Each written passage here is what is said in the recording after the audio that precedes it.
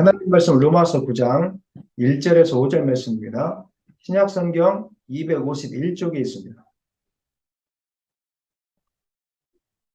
교독하겠습니다. 내가 그리스도 안에서 참말을 하고 거짓말을 아니하노라. 나에게 큰 근심이 있는 것과 마음에 그치지 않는 고통이 있는 것을 내 양심이 성령 안에서 나와 더불어 증언하노니 나의 형제 곧 고륙의 친척을 위하여 내 자신이 저주를 받아 그리스도에게서 끊어질지라도 원하는 바로다.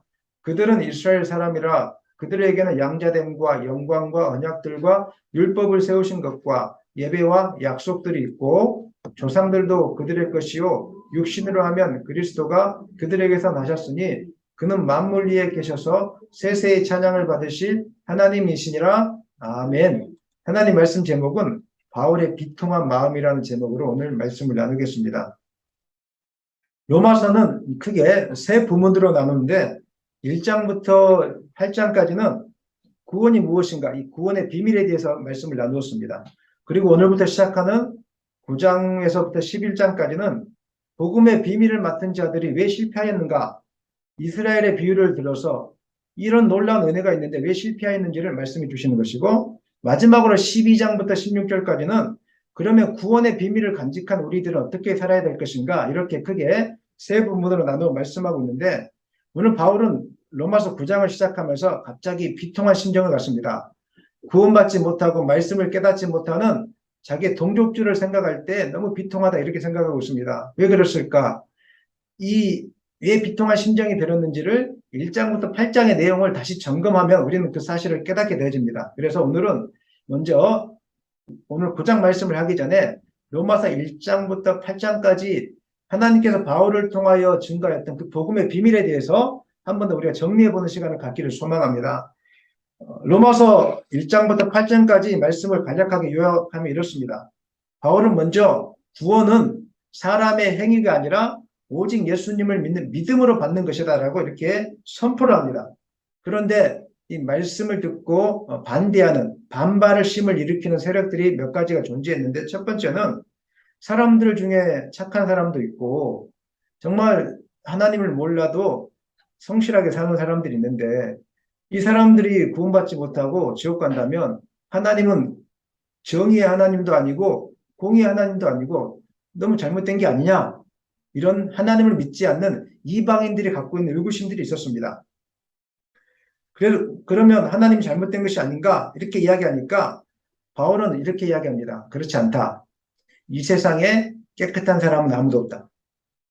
우리가 보기에 착해 보이는 것이지 개인적으로 아무도 안 본 이곳에서는 모두가 악한 본성이 있어서 마음으로도 악한 생각을 하게 되고 육신적으로도 악한 생각을 하게 되고, 이 세상의 모든 인류가 하나님의 로 말미암아 죄의 진노 아래 있는 백성이다. 다 죽어서 지옥 가야 될 백성인 것을 바울은 선언했습니다. 가장 큰 죄는 하나님을 인정하지 않는 것입니다. 하나님은 살아계시는 것을 여러분 믿으십니까? 믿으십니까? 그런데 예수님을 믿는 분들 중에, 물론 예수님을 믿지 않는 분들은 하나님을 인정하지 않기 때문에 이것이 가장 큰 죄이고, 예수님을 믿는 분들 중에서도 간혹 가다가 순간순간마다 살아계신 하나님을 잊어버리고 인정하지 않는 경우가 있습니다. 이것은 죄를 짓는 것과 똑같은 것입니다. 이 이야기를 하고 있는 거예요. 그래서 하나님을 인정하지 않는 사람들은 어떻게 되는 것인가? 스스로 지혜롭다고 이야기해요. 책도 많이 읽었지요. 그 다음에 경험도 많지요. 나름대로 어떤 논리적인 설득력도 있죠. 이렇게 하니까 스스로 나는 지혜롭다, 내 말이 진리고 내 말이 옳다라고 이야기합니다. 근데 실상은 어떻게 되어집니까? 스스로 지혜롭다고 하지만 어리석은 길로 가는 사람들이 바로 하나님을 인정하지 않는 사람들의 특징입니다. 우리 로마서 1장 22절로 23절 말씀 크게 읽겠습니다.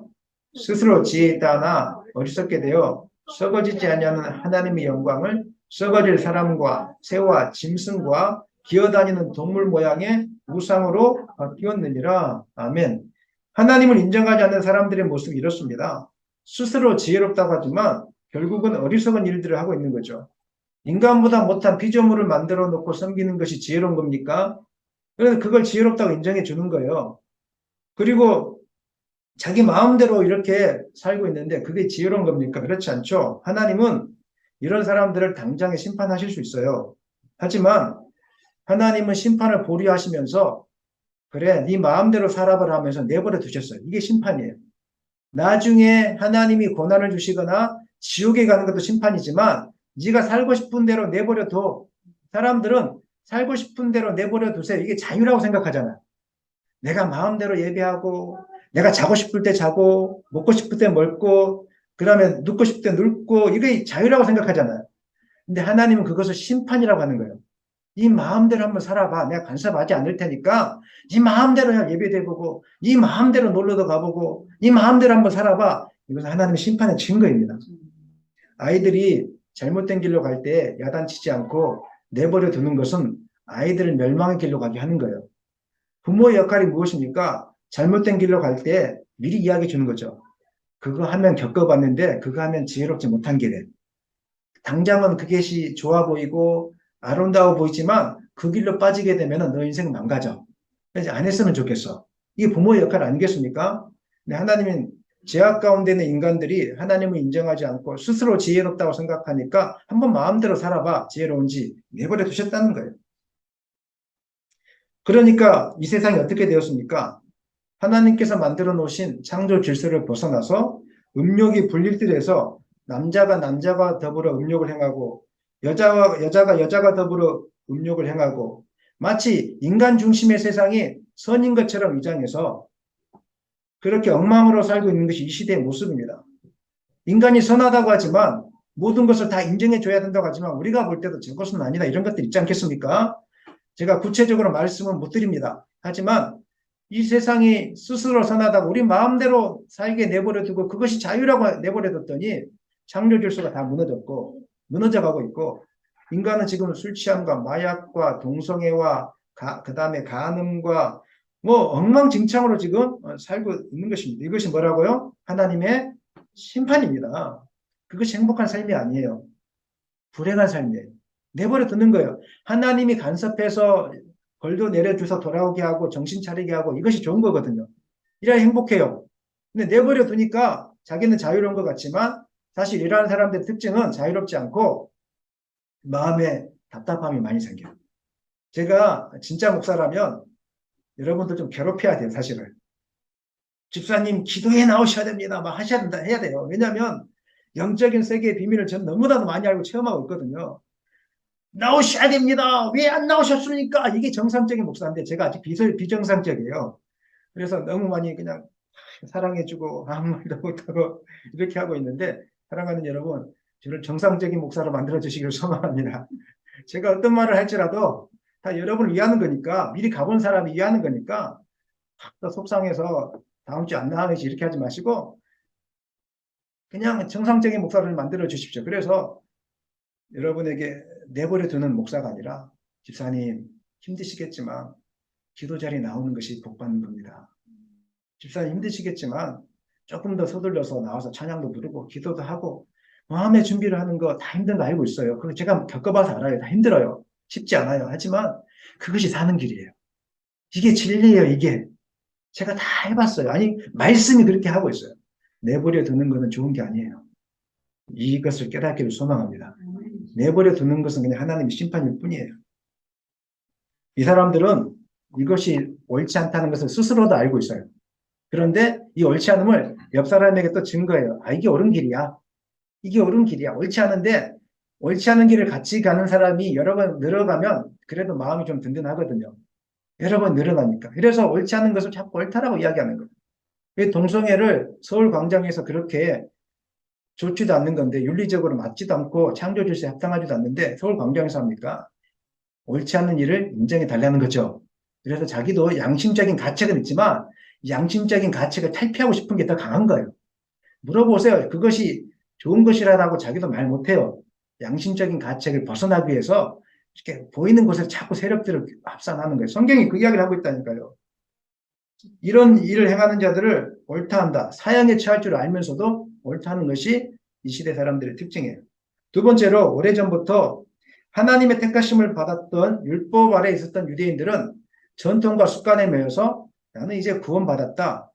예수를 믿는다고 구원받은 게 아니라 내가 예전부터 하나님을 알고 있었고 오래전부터 장로님 아들이고 목사님 아들이고 오랫동안 20년, 30년 교회를 다녔기 때문에 나는 구원이 보장되어 있는데 무슨 말이냐? 예수를 믿는 것으로만을 구원이 충분하다고 이거 말이 안 된다고 하신 무리들이 있었어요. 율법을 지켜야지. 할례를 행해야지. 적어도 세례는 받아야지. 여러분에게 묻겠습니다. 물어보겠습니다. 세례를 받아야 구원받습니까? 세례를 못 받아도 구원받을 수 있습니까? 어떻게 생각하십니까? 세례가 중요한 게 아니죠. 세례는 예수를 믿는 믿음에 대한 증거로서 우리가 행하는 의식이 세례일 뿐이에요. 아무리 세례를 받는다고 해도 그 마음에 예수를 향한 진정한 믿음의 고백이 없다면 이 사람은 구원의 그 가운데 임하지 않는 것입니다. 하지만 세례를 받지 못했다고 할지라도 진정으로 예수를 나의 주와 구원자를 모시고 있다면 이 사람에게는 이미 구원이 그 가운데 임하는 것입니다.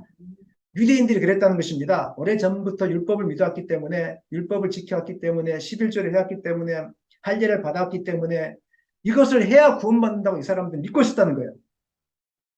그래서 바울은 그것이 아니다라고 이야기했죠. 너희들이 아무리 종교 생활을 많이 해도 마음의 중심의 변화를 받지 않냐면 마음의 중심에 예수님을 모시지 않냐면 아무 소용이 없다는 것을 바울이 계속 강조했다는 거예요.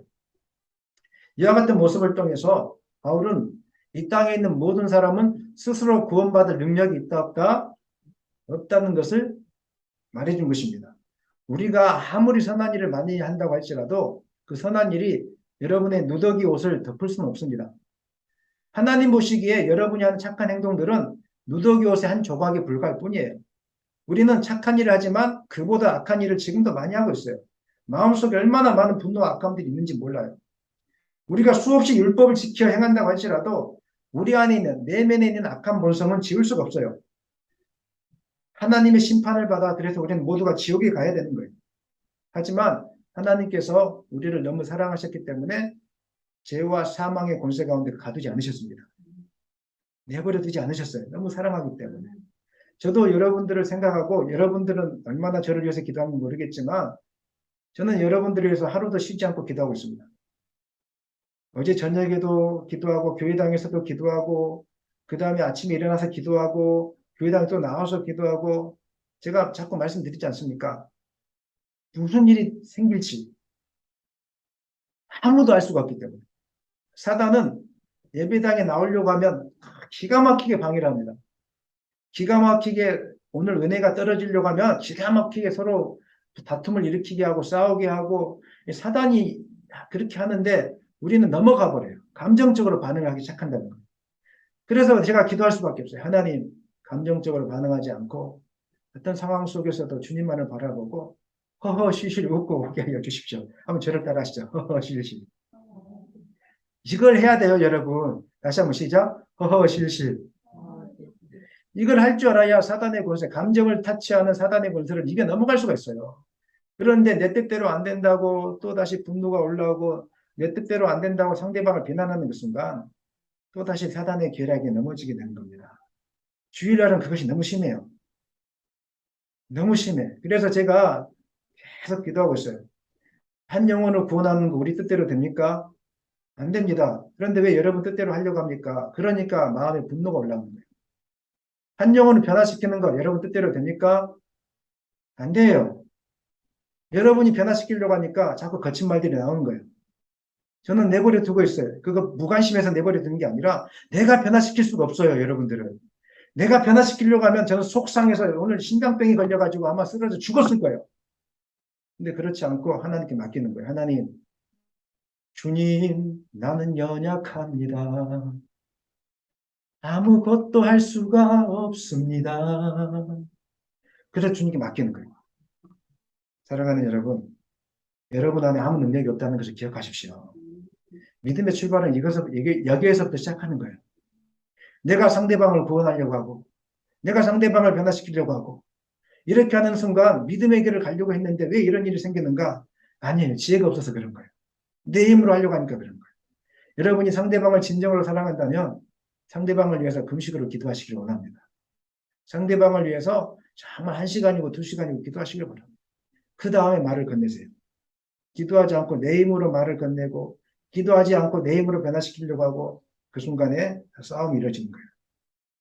하나님께서 우리를 사랑하시기 때문에 저도 여러분들을 사랑해서 자녀들을 위해서 여러분을 위해서 계속 기도하고 있는데 우리 주님은 제가 사랑하는 것보다 여러분을 사랑하는 것보다 100배, 1000배, 10,000배 이상을 더 사랑하세요. 여러분 한 영혼을 그렇게 소중하게 여기세요.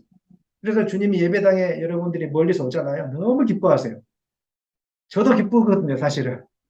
저도 여러분들이 예배당에 좀 늦게 오거나 안 나타나면 오늘은 안 오시나 하면서 설교도 안 돼. 예배가 안 드려지고. 그런데 여러분이 일찍 나타나면 그냥 마음의 기분이 좋아가지고 그냥 어쩔 줄 모르고 준비 안 된 설교까지 막 뻥뻥 튀어나오고 시작하고 막 너무 그런. 우리 주님 얼마나 기쁘겠어요. 준비된 마음으로 나와요.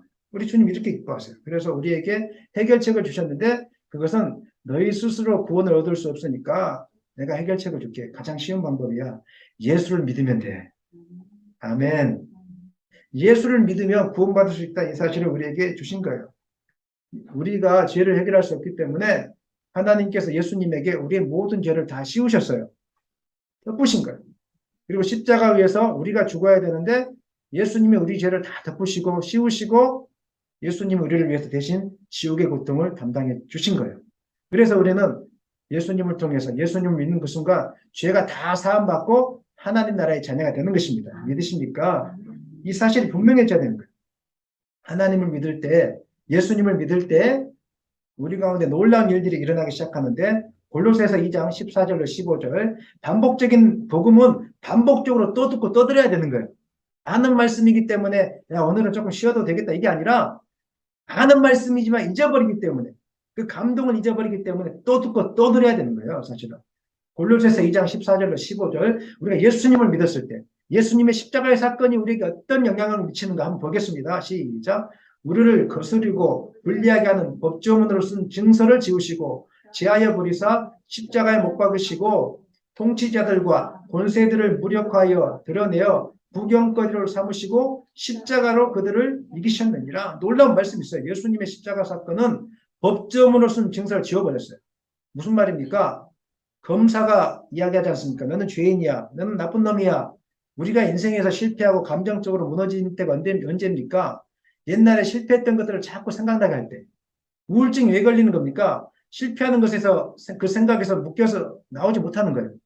옛날 어렸을 적에 상처받은 것들. 어떤 성적인 폭행을 당했다든지 부모로부터 심한 야단을 맞았다든지 아니면 친구들과의 관계 속에서 모멸감을 느꼈다든지 이것들을 잊어버려야 되는데 잊어버리지 못해요. 잃어버리지 못하게 하는 존재가 누구입니까?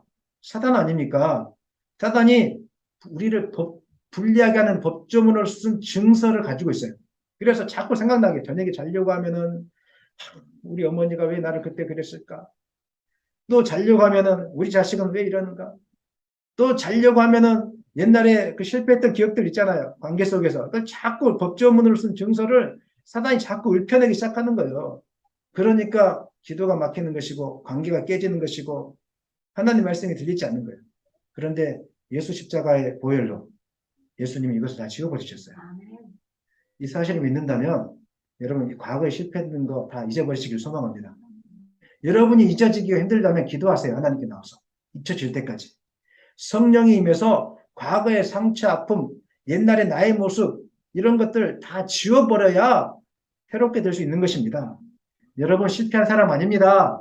예수 안에 있으면 실패가 아니라 이제 새로운 길을 가게 되는 것입니다. 이 사실을 분명하게 믿으시길 바랍니다. 오늘 교회당에 나오기 전까지 어떤 마음으로 나오셨는지 모르겠습니다. 하지만 오늘 다시 붙으십시다. 사단아 물러가라 한번 크게 선포하시죠. 시작. 사단아 물러가라 한 번 더 시작. 사단아 물러가라. 나는 새 사람이 된 거예요. 나는 상처가 없어요 이제. 나는 과거의 실패에 묶이지 않아요. 이 사실을 분명하게 붙들 때 우리가 믿음으로 승리의 나팔을 불 수가 있는 것입니다. 예수 십자가 보혈이 이거예요. 이걸 다 못 박아버리고 끝난 겁니다. 과거에 매이지 마십시다. 오늘부터 출발하면 되는 거예요. 그 다음 15절 통치자들과 권세들을 무력화했잖아요. 구경거리로 삼으셨잖아요. 사탄의 권세가 끝났다는 거예요. 사탄은 예수님의 발 아래 제가 자꾸 이제 설명하는 방법이 있는데 이렇게 예수님의 큰 발이 능력의 발이 사탄의 목을 밟고 있어요. 끝났잖아요. 사탄이 살려달라고 항복. 너는 죽었어 이렇게 하고 있는데 이 사단이 입만 살아가지고요. 입이 독하거든요. 독한 사람들 입이 독한 사람들 만나면 주눅 들죠. 입이 독해요 사탄이. 그래가지고 너 죽여버리겠어. 뭐, 너 끝났어. 너는 실패했어. 너는 죽어야 되는 인간이야. 자꾸 우리 마음속에 넣거든요. 입만 살아가지고 힘도 없으면서. 그러니까 그거 듣고 있으니까 괴로운 거예요, 내 마음이. 누구를 통해서 오늘 여러분 귀 속에 이런 말들을 넣어줄지는 모르겠습니다. 가까운 사람일 수 있어요. 남편을 통해서, 아내를 통해서, 자녀들을 통해서, 부모님을 통해서, 주변에 가까운 사람을 통해서 이미 사단의 권세는 힘을 잃어버리고 끝이 났는데 자꾸 말로만 주둥이만 살아가지고 제가 주둥이라고 해서 죄송합니다. 사단이니까 주둥이만 살아가지고 너는 끝났다고 자꾸 이야기하니까 그 악한 말을 들으니까 다시 심장이 벌렁벌렁해요. 내지 마십시오. 사단은 아무것도 아닙니다. 예수님의 이름으로 명령하면 다 떠나가는 존재입니다. 아멘입니까? 선포하십시오. 마음에 불안함이 찾아올 때, 두려움이 찾아올 때 한 번 더 선포하시죠. 예수님의 이름으로 명하노니 두려움아 떠나갈 지어다. 무기력증아 떠나갈 지어다. 염려야 떠나갈 지어다. 확실하게 붙들리시길 원합니다. 이것이 바로 예수를 믿는 자들에게 주어지시는 하나님의 능력이에요. 예수 믿을 때 몸과 영혼의 치유가 일어날 줄 믿습니다. 회복이 일어날 줄 믿습니다. 이 놀라운 복음의 능력을 갖고 있는데 모르고 잊어버리고 사용하지 않으면 얼마나 불쌍합니까? 예수님께서 십자가에 못 박히셔서 이런 일들이 해결되었을 것입니다. 오늘 말씀의 결론은 무엇입니까? 이런 은혜가 주어졌는데 이것이 우리의 노력으로 주어진 겁니까? 하나님의 은혜로 주어진 것입니까? 우리의 노력이 아닙니다. 여러분들이 기도에 많이 나왔다고 해서 은혜가 더 많아지고 구원이 확실해지고 이게 아니에요. 우리가 한 것은 아무것도 없어요. 그러니까 저는 더 감사해요. 이 목사가 교회를 세우기 위해서 또 목회자의 길을 가기 위해서 한 것은 아무것도 없어요. 하나님 은혜로 이만큼 달려온 거예요. 그래서 하나님만을 의지하고 지금 살고 있는 거예요. 로마서 3장 23절 24절에서 바울이 이 사실을 이야기하고 있죠. 읽겠습니다.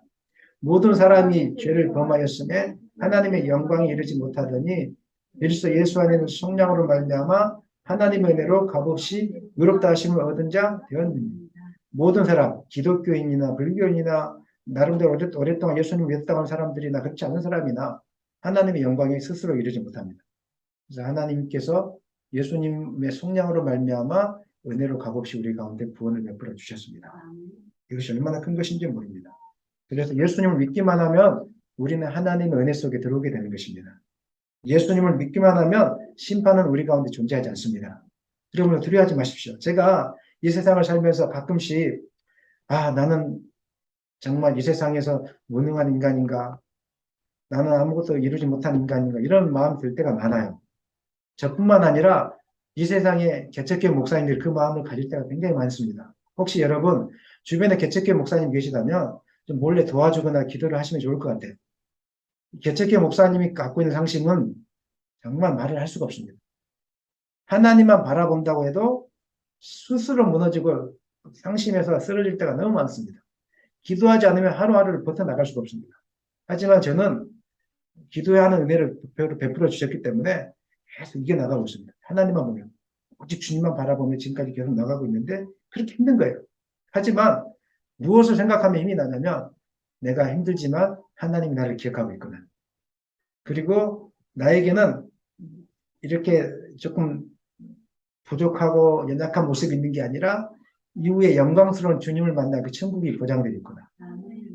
이걸 생각하니까 다시 힘을 내는 거예요.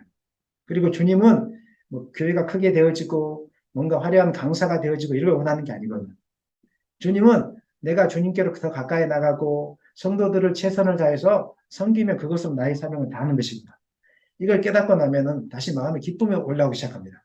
그래서 주님만이 나의 기쁨이 된다고 오직 주만이 나의 산성 내가 요동치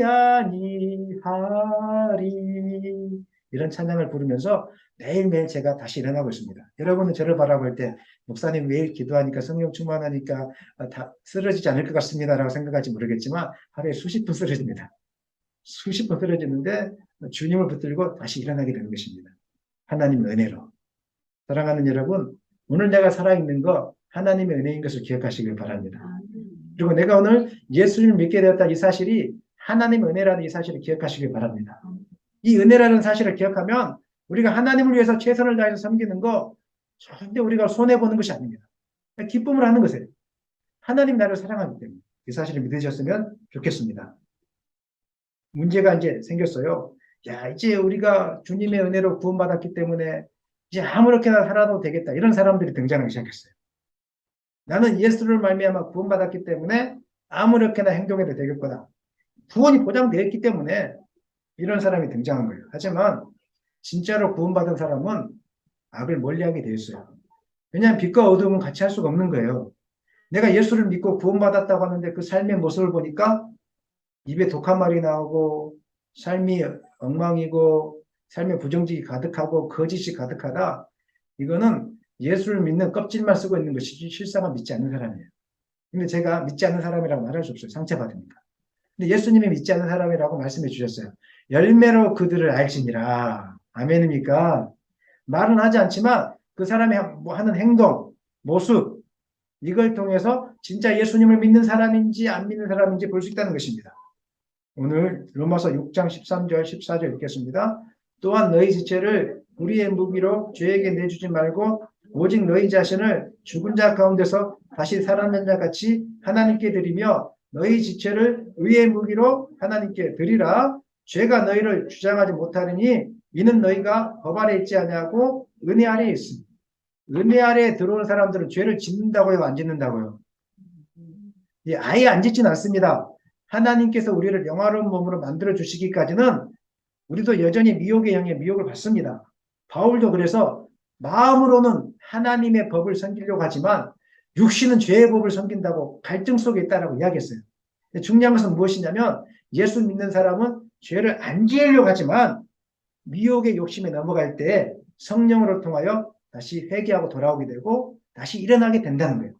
생명의 성령의 법이 우리를 죄와 사망의 법에서 해방하였느니라. 바울이 이 사실을 깨달은 거예요. 그래서 죄를 안 지으려고 하고 성령을 통해서 죄를 안 짓는 방향으로 가다가도 다윗처럼 한 번은 크게 쓰러질 때가 있다는 거예요. 하지만 그때 실망하지 마시고 우리 가운데는 특권이 있지 않습니까? 예수님께로 나오면 모든 죄를 해결해 주시는 그 특권이 있으니까 나오셔서 다시 사함 받으시고 마음에 정결함을 얻는 여러분 되시기를 예수님의 이름으로 축원합니다. 로마서 8장에서 바울은 이렇게 이야기했어요. 우리가 이 땅을 살면서 이제 마지막으로 이렇게 정리하죠. 예수님 믿을 때 큰 시련이 있단다. 그것은 바로 고난받는 것이란다. 로마서 8장 18절 말씀 읽겠습니다. 생각하건대 현재의 고난은 장차 우리에게 나타날 영광과 비교할 수 없도다. 예수님을 믿기 시작하는 그 순간 내가 잘 믿어보려고 하고 전도하려고 하고 기도를 많이 하고 이렇게 하면 할수록 사단의 역사는 심하게 나타납니다. 그래서 고난이 찾아와요. 하지만 그 고난 뒤에 있는 영광이 너무 크기 때문에 우리가 이 고난을 이겨낼 수 있는 거예요. 사랑하는 여러분, 우리가 구원의 비밀들을 갖고 있는데 가장 중요한 것이 있어요. 그것은 구원의 확신을 갖는 것입니다. 나는 예수를 말미암아 천국이 보장되어 있고 하나님과 동행하는 삶이 보장되어 있는 하나님의 자녀인 것을 여러분 분명하게 믿으시길 바랍니다. 이 사실이 분명해야 여러분이 고난 속에서도 흔들리지 않아요. 바울은 구원의 확신이 중요한 이유가 마지막으로 우리가 죄를 더 많이 지으라고 죄 가운데 방탕하게 살라고 주어진 것이 아니라 흔들리지 말고 고난이 많은 세상 속에서 흔들리지 말고 주님을 믿고 따라가라고 그런 의미에서 구원의 확신이 중요하다. 이 사실을 마지막으로 말씀하셨어요. 8장에서. 그러면서 이렇게 마지막 결론을 내죠. 우리 8장 38절 39절 내가 확신하노니 사망이나 생명이나 천사들이나 본세자들이나 현재일이나 장래일이나 능력이나 높음이나 기쁨이나 다른 어떤 피조물이라도 우리를 우리 주 그리스도 예수 안에 있는 하나님의 사랑에서 끊을 수 없으리라. 아멘. 바울은 말씀해 주고 있어요. 우리의 구원이 확실한 이유는 하나님이 우리를 사랑하시기 때문에. 그 사랑이 변함이 없으시기 때문에. 그래 하나님 우리를 붙잡아 주시고 있기 때문에. 믿으십니까? 그래서 우리의 구원은 확실한 거예요. 이 놀라운 사실을 이야기해 준 바울은 이 놀라운 복음의 비밀을 깨닫고 있던 바울은 자기 동족들을 바라보니까 속이 상했어요. 이 복음의 비밀이 이렇게 놀라운데 이것을 아직 깨닫지도 못하고 여전히 옛날 전통에 묶여 있어서 그 전통만 붙들고 있는 그 모습을 보니까 속이 상한 거예요. 목회자가 우리 성도를 놓고 하는 이야기 아닙니다. 일반적인 목사님들이 속이 상할 때가 있어요. 그 복음의 비밀에 붙들리지 못하고 그 전통에 매여서 아무것도 아닌 것에 매여서 꼭 그걸 지켜야 될 것처럼 하시는 오랫동안 신앙생활을 했던 분들이 있어요. 그 목사님이 옛날 그렇지 않습니까? 전통교회는 피아노 하나 이거 옮기는 것 때문에 당회에서 싸움이 난다고. 피아노 하나 옮기는 게 중요한 거 아니잖아요. 이 전통적으로는 이 피아노를 꼭 그 자리에 있어야 된다고 믿는 분들이 있어요. 그리고 피아노를 잘못 옮기면 그날 그 교회가 난리가 나는 거예요. 그 다음에 이제 성가대가 있는 게 좋습니까? 없는 게 좋습니까? 꼭 있어야 됐습니까? 없어도 되는 겁니까? 성가대가. 없어도 되는 거잖아요. 때로 필요에 따라서는 생기기도 하고 없기도 할 수 있잖아요. 그래서 성가대 없앤다 그러면 또 난리 납니다, 이제. 한번 만들기는 쉬워도 없애기는 어려운 거예요. 유대인들이 그렇게 살았다는 거예요. 근데 돌아보면 우리도 그렇게 살고 있을 가능성이 많습니다. 하나님께 집중하지 못하고 내가 옛날 믿어왔던 습관대로 어떤 분들은 또 이제 뭐 묵도를 해야 되니 말아야 되니 또 사도신경을 해야 되니 말아야 되니 물론 중요할 수도 있어요. 전통적으로 해왔던 예배 습관에 매여서 오늘 목사님 그거 빼먹었다고 그냥 당해 와가지고 또 막 삿대질하고 고함 지르고 우리 교회 목사님 믿음이 없다고 이러니까 한국교회가 어려움을 지금 겪고 있는 게 사실은. 그래서 저는 그런 교회를 할 수 있는 데를 안 만들려고 계속 기도하고 있어요. 조금 주님이 주시는 자유를 누리게 하는 교회. 교회 왔으면 매이면 되겠습니까? 자유함을 누리고 가야죠. 최대한 그런 것들을 해주려고 제가 열심히 노력하고 있어요. 기도하고 있어요. 혹시나 제가 전통에 매 얘기하는 게 있다면 여러분 저한테 항의해 주세요. 목사님 그건 말씀이 아니고 전통입니다. 항의해 주시면 제가 반영을 하겠습니다. 너무 괴로웠어요. 그래서 로마서 9장 1절로 2절 읽겠습니다. 내가 그리스도 안에서 참말을 하고 거짓말을 아니하노라. 나에게 큰 근심이 있는 것과 마음에 그치지 않는 고통이 있는 것을 내 양심이 성령 안에서 나와 더불어 증거하노니. 너무 괴로웠죠. 너무 괴로웠어요. 우리가 아이들을 키울 때 괴로울 때가 있습니다. 자기가 자신이 이제 수학도 잘 가르칠 수 있는 선생이고 영어도 가르치는 선생이어서 아이들에게 가르쳐 주려고 자기 밑에서 배웠던 아이들은 다 공부를 잘하게 되고 그 30점 맞았던 아이도 막 90점 맞고 이런 아이들이 많이 있었는데 어떻게 된 영문인지 우리 아이들은 엄마 아빠가 가르쳐 준다고 하면 무시하고 안 듣고 그래서 늘 30점에 머물러 있으면 이 속이 터지는 거예요. 그렇지 않습니까? 좀 그렇다 좀 고개도 한번 끄덕여 주세요. 속이 터지는 거예요, 진짜로. 근데 유대인들이 그랬다는 거예요. 바울이 유대교도 잘 알고 있었고 율법도 너무 잘 알고 있었는데 다메섹 도상으로 가는 길에 성령을 통해서 예수님을 만났잖아요. 그리고 이전에 자기가 믿고 있었던 그 유대계 율법이나 이런 것들이 다 배설물과 같았던 것들 이것들을 깨닫기 시작하고 예수만이 진짜라고 예수만이 진짜라 그렇게 이야기 듣는데 이 사람들이 이야기해 주니까 어떻게 됐습니까? 바울을 죽이려고 유대교를 배반하고 해방한 자라고 전 배신자라고 바울을 가는 곳마다 깡패를 보냈어요. 고린도 교회까지 쫓아가게 만들었어요. 깡패를 보내서. 바울이 수없이 맞아 죽을 뻔했고 그 다음에 도적을 만나고 방대한 이익을 느끼고 이런 고백들을 바울이 하고 있지 않습니까? 너무 속이 상했어요. 그리고 오늘 이 고백을 하고 있는 거예요. 나는 이 복음의 비밀을 알고 있는데 나는 이 복음의 비밀을 좀 가르쳐주고 싶은데 왜 저렇게 마음의 문이 닫혀서 모를까? 왜 이것을 이해하지 못할까? 왜 이것을 받아들이지 못할까? 왜 저렇게 무기력하게 살고 있을까? 예수께만 나오면 살 수 있는데 돈 많다고 사는 게 아니라 건강하다고 사는 게 아니라 그건 조금 없어도 예수께만 붙들리면 살 수 있는데 왜 이것을 모를까? 속이 상한 거예요, 바울이 지금. 그래서 오늘 내 참말을 한다고 이야기하면서 내 안에 이런 고통이 있다. 이야기를 지금 바울이 하고 있는 거예요.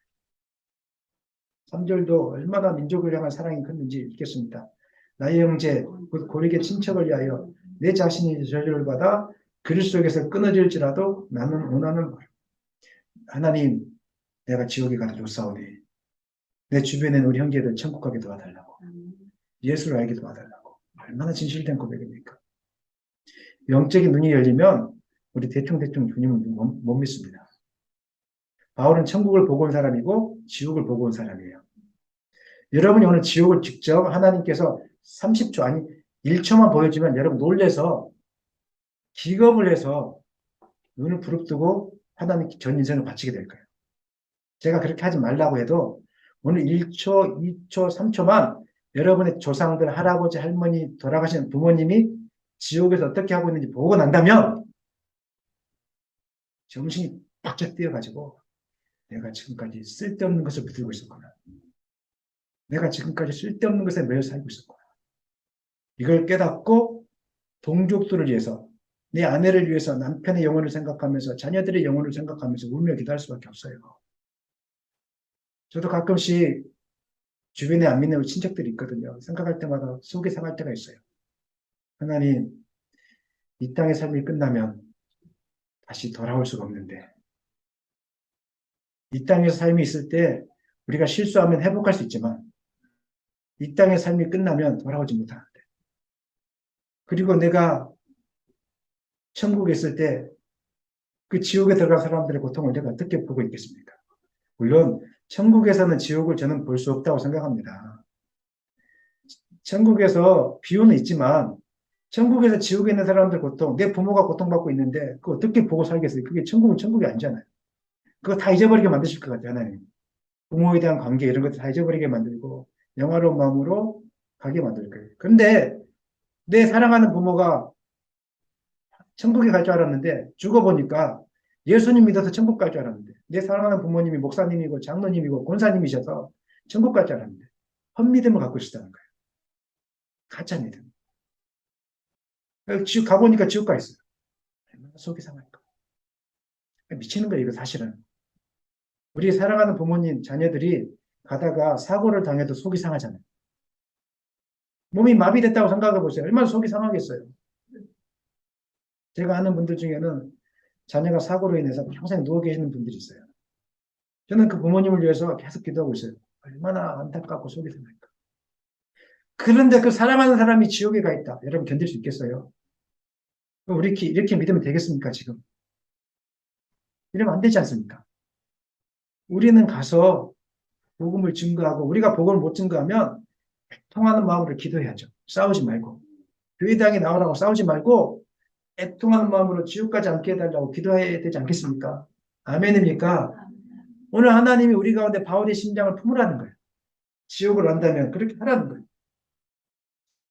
영적인 눈이 열리지 않는 사람들은 인생의 끝에 무엇이 있는지 모르기 때문에 하나님을 믿어도 적당하게 믿고 삶을 대충대충 살고 세상의 쾌락에 매여 산다는 거예요. 여러분 대충 안 믿었으면 좋겠습니다. 유대인들은 옛 언약에 매여 있었어요. 옛 언약은 모델 하우스와 같은 그림자일 뿐이에요. 모델 하우스는 진짜 집을 짓고 나면 폐기 처분하는 거예요. 옛 언약들, 율법, 할례, 제사법 이런 것은 오실 예수님이 대한 하나의 그림자, 모델 하우스였어요. 이렇게 죄가 사함 발 거고 이렇게 천국이 돼 있고 하나님과 관계는 이렇게 회복될 거야. 근데 그건 완전하지 못하니까 그 절차들이 엄청 복잡했잖아요. 근데 모델 하우스가 사라지고 그림자가 사라지고 실체, 본체, 진짜가 오니까 진짜만 따라가면 되는 거야. 근데 유대인들은 여전히 모델 하우스만 붙들고 있는 거예요. 그 그림자만 붙들고 있는 거예요. 율법을 그래도 지켜야 되지 않겠습니까? 우리가 예수님을 믿겠습니다. 하지만 율법도 지켜야죠. 우리가 예수님을 믿겠습니다. 그래도 적어도 목사님 할례는 행해야 되지 않겠습니까? 우리가 예수님을 믿겠습니다. 그래서 세례는 받아야 되지 않겠습니까? 제가 세례가 필요 없다는 게 아니에요. 율법이 필요 없다는 게 아니에요. 가장 중요한 본질. 예수님을 믿는 것으로 충분합니다. 아멘. 너무 간편하고 너무 쉽고 너무 우리에게 은혜가 되어지고 이런 것들이 있는데 너무 오늘 복잡하게 믿고 있지 않습니까? 혹시 저는 여러분들이 내가 교회에서 헌신을 많이 하고 나면 마음이 뿌듯하고 헌신을 적게 하면은 마음이 좀 불안함이 생기고 이러지 않았으면 좋겠어요. 헌신의 강도와 상관없이 예수로 충분합니다. 아멘. 예수로 충분합니다. 저는 그런 삶을 살았으면 좋겠어요. 여러분에게 말씀드립니다. 하나님 앞에 감사함으로 여러분 헌금하셔야 됩니다. 하지만 없어서 헌금 안 한다고 하나님 뭐라고 하지 않습니다.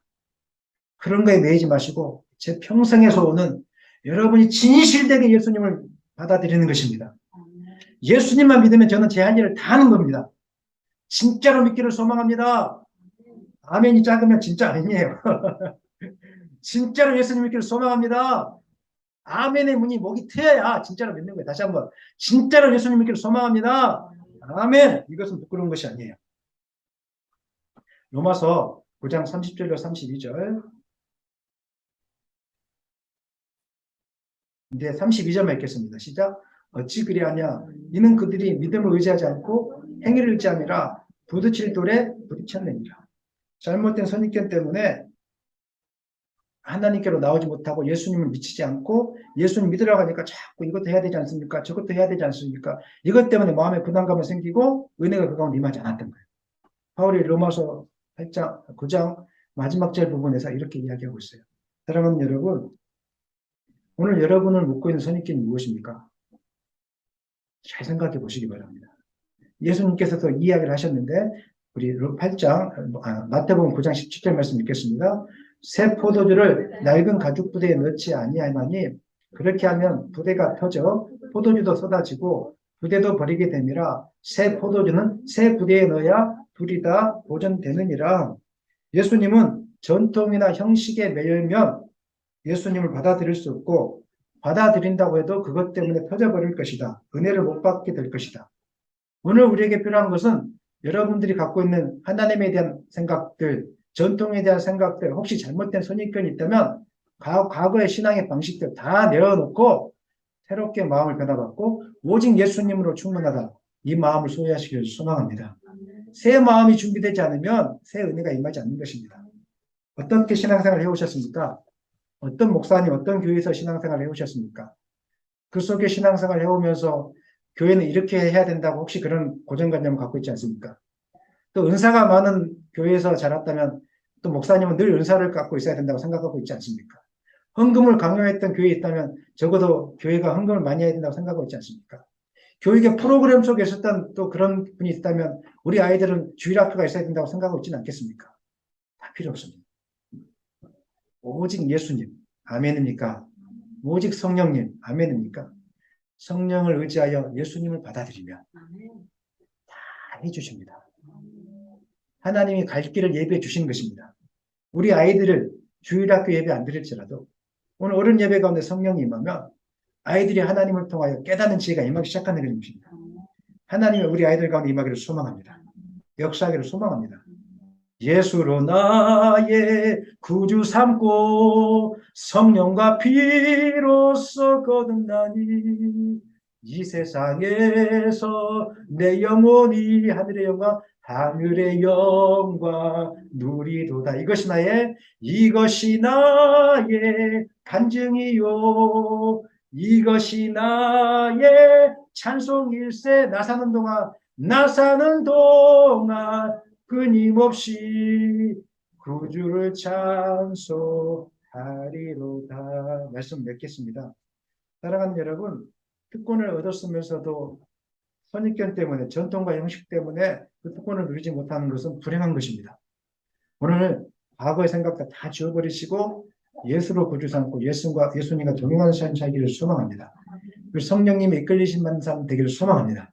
예수로 충분합니다. 예수만이 우리의 답입니다. 예수만이 우리의 구원이 되십니다. 이 사실에 붙들려서 사는 여러분 되시기를 예수님의 이름으로 간절히 축원합니다.